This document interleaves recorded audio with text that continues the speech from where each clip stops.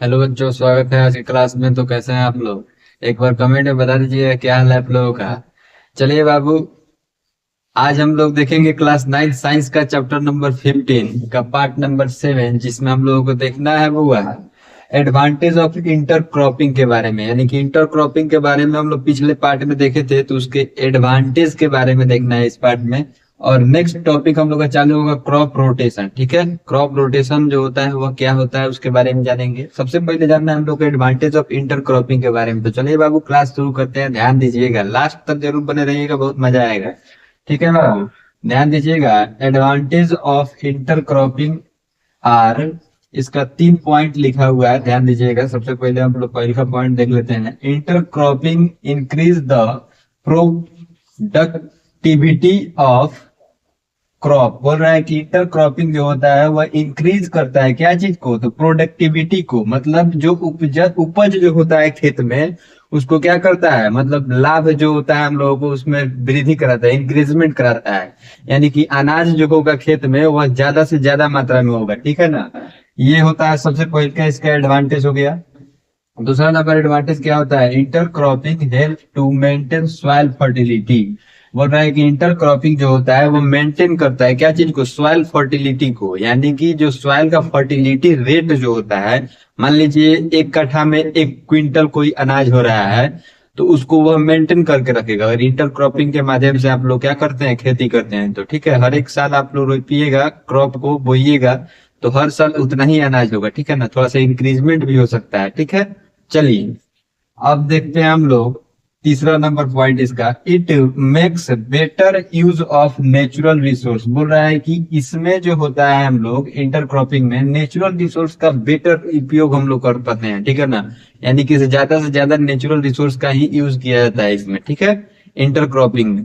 चलिए, ये एडवांटेज हो गया हम लोगों को इंटर क्रॉपिंग के बारे में। इंटर क्रॉपिंग जो होता है ये हम लोग प्रकृति के द्वारा, मतलब जितने भी चीज दिया रहता है ना उसी के हिसाब से इसमें हम लोग खेती करते हैं, किया जाता है। ठीक है, चलिए अब देखते हैं क्रॉप रोटेशन के बारे में। क्रॉप रोटेशन क्या होता है? तो क्रॉप रोटेशन नाम से ही आपको समझ में आ रहा होगा कि क्रॉप का रोटेशन। ठीक है, मतलब एक क्रॉप को रोप दिए, फिर उसको कुछ दिन के बाद, यानी कि कुछ ईयर्स या कुछ मंथ के बाद में क्या किया जाए? उसको रिपीट किया जाए। ठीक है, 1 साल के बाद में फिर से वही खेती कर, जैसे राइस का खेती कर दिए हम लोग 1 साल एक खेत में, फिर से 1 साल गैप कर दिए, फिर उसके अगले साल उसमें राइस का खेती किया जाएगा। तो थोड़ा सा क्या होता है उसमें, मतलब अनाज जो होता है हम लोगों का अच्छा मिलता है, बेहतर मिलता है। ये चीज था इसमें। देख लेते हैं इसका definition.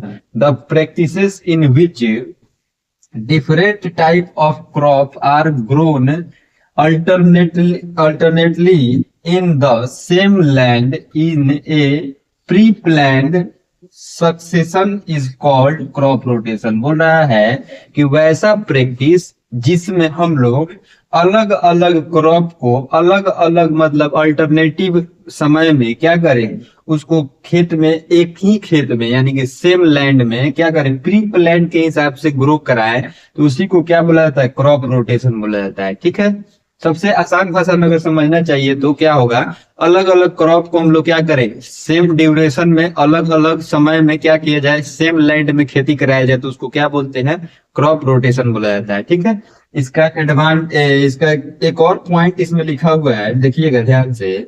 Depending upon the duration, समय के हिसाब से crop rotation is of 3 type. Crop rotation जो होता है उसको कितने पार्ट में डिवाइड किया गया है, कितने टाइप में डिवाइड किया गया? तो 3 टाइप में। ठीक है, पहला टाइप जो होता है 1 ईयर रोटेशन। इसमें होता है कि 1 साल में क्या करें? रोटेट करते हैं हम लोग क्रॉप को। ठीक है ना।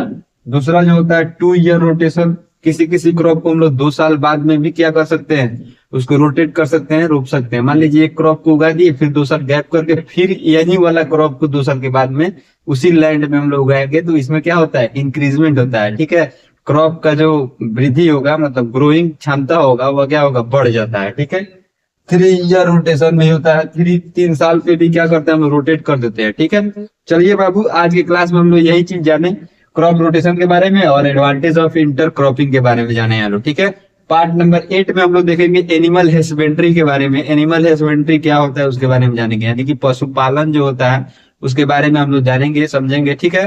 तो मिलते हैं अगले क्लास में, तब तक के लिए आप लोग अपना बहुत ख्याल रखिएगा। और ये चैप्टर खत्म होने के बाद में एक सरप्राइज है आप लोगों के लिए, क्लास 10th का बोर्ड से रिलेटेड कुछ हम लाएंगे, ठीक है ना। मतलब एमसीक्यू या जो क्वेश्चन इंपॉर्टेंट रहता है, सबसे पहले हम बायोलॉजी को कवर करेंगे, ठीक है ना। चलिए बाबू, मिलते हैं अगले क्लास में, तब तक के लिए आप लोग अपना बहुत ख्याल रखिएगा। Bye bye.